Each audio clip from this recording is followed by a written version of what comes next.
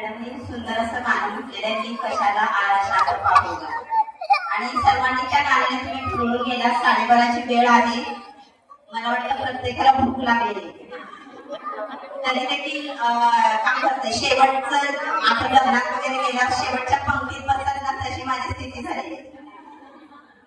प्रथम इथं बोलायची संधी दिली त्याबद्दल मी त्यांच्या आभार मानते. डायरेक्ट माझ्या बोलण्याला सुरुवात करते. 12:30 वाजले, 10 मिनिटे फक्त तुमचा वेळ घेईल. असंच एकदा लग्नात मी गेलेले होते. शेवटच्या पंक्तीला जेवायला बसलं तर पंक्तीमध्ये भजी संपलेले होते, जामून संपलेले होते. मग काय खावा हा प्रश्न पडत होता. मग आपली घेतली चपाती आणि भाजी आणि मनसुक्त पोट झालं.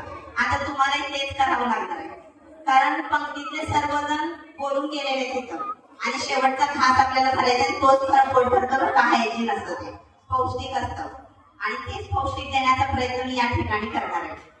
तर माता आदर्श माता म्हणून मॅडमने त्यांचं मनोगत व्यक्त केलं. आता या शाळेची माझी विद्यार्थिनी म्हणून मला मनोगत व्यक्त करण्याची संधी. या शाळेत जेव्हा पाऊल टाकलं की तेव्हा गेट सुरुवातीला जेव्हा या ठिकाणी मी शिकत होते 1994ला या शाळेतून मी बाहेर पडले. गेट हायवे रोडला होतं. तुम्ही सर्वजण या शाळेतल्या विद्यार्थिनी असा खूप जण आहेत, तर तुमच्या थोड्या आठवणीने जागा करायला इथं आलेली आहे, उभी आहे. तुम्हाला पण शाळेविषयीच्या त्या आठवणी, जुन्या आठवणीने मन फुलवून जातं. त्याप्रमाणे बघा तिथं गेट होतं. गेटच्या बाजूला आजी बसायच्या चिंचुके जेवण गोळ्या विकत. तर आम्ही मुली आताच्या ज्या शाळेतल्या मुली तसं नव्हतं बरं का. आमचं जो गणवेश होता तो स्कर्ट आणि ब्लाऊज आणि त्या स्कर्टला एवढा भला मोठा खिशा असायचा आणि त्या खिशामध्ये गेट मधून येता येता चिंचुके लेमन गोळ्या काय भरायचे, फुटाणे बटाणे शेंगा भरायच्या आणि शाळेत यायचं. आणि आम्हाला तुमच्यासाठी बॅग नव्हती किंवा डबा टिफिन बॉटल आम्ही घेऊन येत होतो. आम्ही हातात असं पुस्तकं घेऊन आणत होतो. त्यावेळेचे आम्ही विद्यार्थी हातात पुस्तकं घेऊन यायची आणि तास करायचा. 1:30-2ला जेव्हा जेवायची सुट्टी होती की नाही, तेव्हा ते पहिले जे 5 पिरियड होतात ती पुस्तकं वया घरी ठेवायचं, घरी जेवण करायचं आणि पुन्हा पुढील तासाची पुस्तकं हातात धरून आणायची. आणि हे करत असताना पण आम्ही खूप मजा करतो. घरातून डायरेक्ट आम्ही शाळेत येत नव्हतो.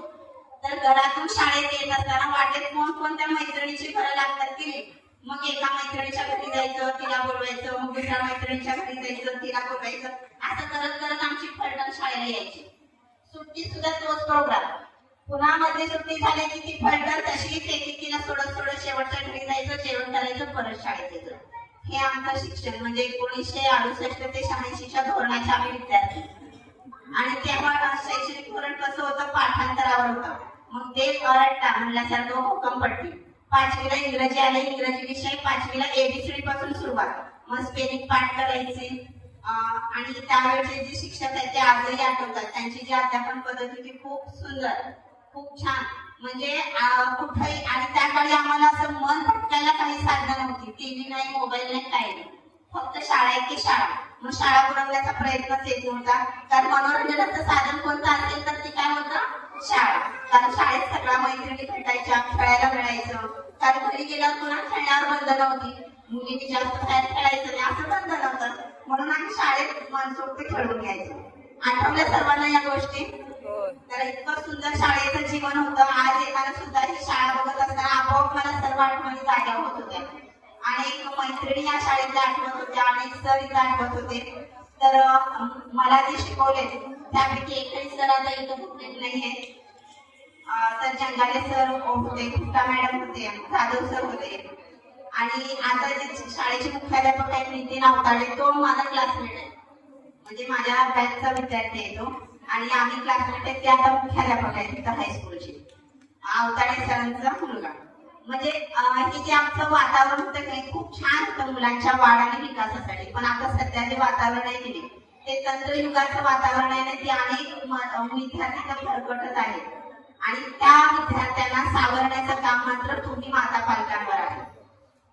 आता इथं बसलेल्या महिलांना मी प्रश्न विचारते. सायकल पाहिले सर्वांनी? सायकल बघितली का? मला वाटते भूक लागली, आवाजच येईल ना. सायकल बघितली? अजून पण आवाज आला. सायकल पाहिलीये का? सायकलला चाक किती असतात माहितीये? किती असतात? 2. कुठं असतात? एक पुढे आणि एक मागे. मग सायकल जर संसार समजत असेल तर तुम्ही सायकलचं कोणतं चाक आहात? बघा किती अभिमानाने सांगितलंय मागचं. म्हणजे आपणच ठरवतो आणि मागे येत नाही. कोण ठरवते? तुम्हाला कोणी म्हटलं का मागचं चाक बघा म्हणून? मग आपणच सांगतो तुम्ही सायकलचं मागचं चाक आहे. मग पुढचं चाक कोण आहे? पुढचं चाक कोण आहे? नवरा मिस्टर होता. म्हणजे आपणच त्यांना दिलं ना. ते आहेत का इथं? त्याने तुम्हाला विचारलं वाटते का की पुढचं का म्हटले नाही म्हणून? म्हणजे या महिला दिनानिमित्त मला हे सांगायचंय की कुणी तुमच्यावर बंधनं घालत नाही किंवा घालूही शकत नाही. आपली बंधनं आपणच आपल्यावर घालून घेतो. मीच मागचं चाक आहे पण तुम्ही हुशार आहे ना. तुम्ही हुशार आहेत असंही म्हणते. मागचं चाक का म्हटलं मला त्याचं उत्तरही कळलं. तुम्हाला जाणून घ्यायचं मागचं चाक का ते? सायकल बघितली. सायकल किती जणांनी चालवली? बरं, सायकलचं सीट असतं बघा सीट. ते सायकलच्या सीटला असे दोन सळ्या असतात. ते कोणत्या चाकाला बसवलेले असतात? मागच्या चाकाला. बघा किती छान आहेत ते. मागच्या चाकाला बसवलेले असतात. म्हणजे संसाराचा गाडा मागच्या चाकावर चालत असतो. सायकलचं जे ब्रेक आहे बघा ब्रेक, त्या ब्रेकचं वायर किंवा तार ती कुठं असते? म्हणजे घराला ब्रेक कोण लावताय? म्हणून म्हटलं तुम्ही हुशार आहेत म्हणून. तर घराला किंवा संसाराला ब्रेक लावण्याचं काम पण तुम्हीच करता. त्या सायकलला कॅरियर असतं मागं सामान ठेवायला. ते कॅरियर कुठं असते? म्हणजे तुमच्या संसाराचं ओझं सुद्धा तुमच्याच डोक्यावर. बरोबर आहे? पुन्हा सायकलला पायडल असतात. ते पायडल कुठं लावलेले असतात? कुठं? मागच्या चाकाला. म्हणजे तो संसार चालवण्याचा गाडा सुद्धा कोण ओढत असते? मागचं चाकच ओढत असते. म्हणजे अतिशय समर्पक उत्तर त्यांनी दिलेले त्यांच्यासाठी टाळ्या वाजवा. तर बघा हे संसाराचं ओझं केल्याचं, संसार पुढे चालवण्याचं, त्याच पद्धतीने संसार स्थिर स्थावर ठेवण्याचं काम ही महिला करत असते. म्हणूनच त्यांनी सांगितलं मागचं चाक. पुढचं चाक शोला आहे का? शोला पण म्हणता येत नाही. बघा जेव्हा तुमचं राईट हँडचं ब्रेक लागत नाही की नाही, अडचणीच्या वेळेस तुम्हाला लेफ्ट हँडचं ब्रेक दाबावं लागतंय. माहिती आहे का तुम्हाला? जेव्हा सॉरी मी उलट सांगितलंय, जेव्हा तुमच्या डाव्या हाताचा ब्रेक लागत नाही तेव्हा तुम्हाला उजव्या हाताचा ब्रेक लावावं लागतंय. ते पुढच्या चाकाला असते.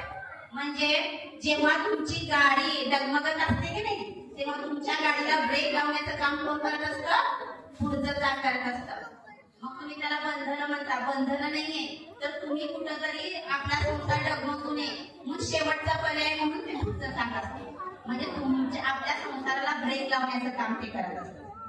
मग अभिमानाने तुम्ही जेव्हा म्हणलात मागचं म्हणजे सर्व जबाबदाऱ्या महिलांवर असतात आणि महिला त्या सक्षमपणे पार पाडत असतात. दुसरीकडे बघा आज जागतिक महिला दिन आहे. सर्वांना महिला दिनाच्या शुभेच्छा. महिला इंग्रजीमध्ये त्याला वुमन म्हणतात. वुमनची स्पेलिंग जर पाहिली तर WOMAN. त्या वुमन शब्दामध्ये तुमची शक्ती, नारी शक्ती दडलेली आहे. W म्हणजे काय बघा, व्हील ऑफ युअर फॅमिली. तुमच्या कुटुंबाचे तुम्ही चाक आहात. O म्हणजे काय, ओशन ऑफ नॉलेज. आताच मॅडमने सांगितलं बघा शेवटचा पर्याय बायकोकडे देतो बाई काय करायचं म्हणायला. म्हणजे तुमच्याकडे नॉलेज भरपूर आहे.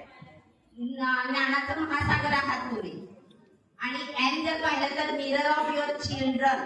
आताच मॅडमने सांगितलं की तुम्ही तुमच्या मुलाचा आरसा आहात. तुम्ही कसं वागता ना ते बघून तुमचं मूल वागत असतं. आणि ए म्हणजे ऍडवायझर. तुम्ही चांगला सल्ला देणारे असता, नवऱ्याला असो मुलांना असो. आणि शेवटचं जे आहे एन म्हणजे नेव्हिगेटर. म्हणजे संसाराचे दिशादर्शक आहात तुम्ही. एवढी वुमन मध्ये जी पॉवर आहे ती तुमच्या सगळ्यांमध्ये आहे. तर या वुमनसाठी, या महिला दिनासाठी आपण स्वतःसाठी आपला उजवा हात वर घ्यायचा आहे. सर्वांना उजवा हात आहे का? मला तर ना हात उजवा हात वर घ्या. तर आपल्याला शबाश शबाश शबाश म्हणून घ्यायचं. मला शबाश शबाश शबाश. तर तुमचा संसार तुम्ही चांगलं चालवल्याबद्दल तुमच्या सगळ्यांचं कौतुक, मनपूर्वक कौतुक. मला खूप बोलायचं होतं पण तुमचे चेहरे बघून मला बोलावं वाटत. सर्वांना जेवणाची ओढ लागलेली आहे. लहान मुलं तुम्ही सोडून आलेला आहात. रंगपंचमी सारखा सण आहे, तुम्हालाही त्याचा आनंद घ्यायचा आहे. तर तुम्हाला सर्वांना महिला दिनाच्या आणि रंगपंचमीच्या खूप खूप शुभेच्छा. असंच हसत राहा आणि आपलं जे मुलं आहे त्याला चांगला आदर्श घडवण्याचा प्रयत्न करा. आणि शेवटी या शाळेसाठी म्हणे इथं जे माझे विद्यार्थ्यांचे सत्कार दरवर्षी होतात तुम्हाला यावरून जाणीव होईल की ही शाळा जी आहे ती एक आदर्श नागरिक घडवणारी एक यंत्रणा आहे की या शाळेतून बाहेर पडणारे असे अनेक विद्यार्थी ज्यांनी उच्च पदापर्यंत यशस्वी झालेले आहेत. तर या शाळेतील सर्व गुरुवरे असतील, या शाळेतील सर्व सन्माननीय अधिकारी असतील, त्या सर्वांचं मी खूप खूप आभार मानते.